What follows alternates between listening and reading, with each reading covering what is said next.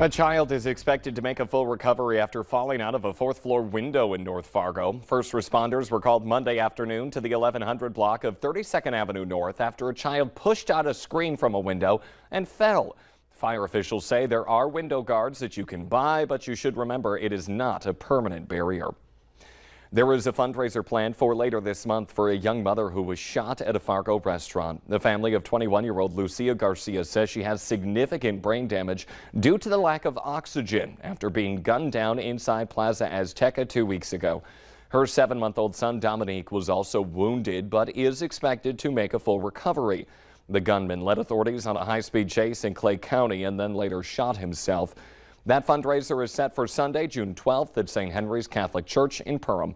It goes from 11 a.m. to 1 in the afternoon. There will be Mexican food, a bake sale, and other opportunities to donate.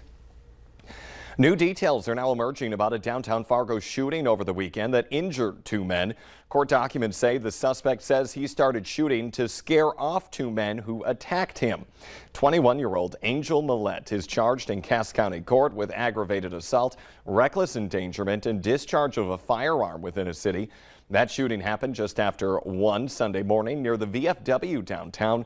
Minutes later, he turned himself in. The victims say they don't know Millette, but they saw a verbal altercation with 2 other men quickly turn physical before Millette pulled out a handgun and started shooting. Security cameras confirm that account.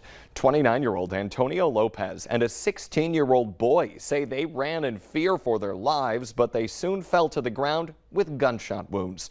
Police say Millette fired 16 rounds in direction of that group. If convicted, he faces up to 5 years in prison. Hundreds of students in the Twin Cities walked out of class in protest. This following the latest school shooting in Uvalde, Texas. That group yesterday demanded a state advisory committee for student safety, standardized active shooter drills, accountability from public health officials, mental health assessments for every student, and a ban on AR-15 rifles. Fargo leaders are keeping a measure on term limits for commissioners on the June ballot, even though there's some typos in the language. City Auditor Steve Sprague says the board discovered wording errors on the ballot and considered moving it to November instead. But last night, commissioners opted to keep the issue up for a vote on June 14th. Carrington tops the list from the holiday weekend storm, but it's not necessarily a win people there want. Plus, 2 mishaps in as many weeks. Another high-priced military jet misses the runway in South Dakota.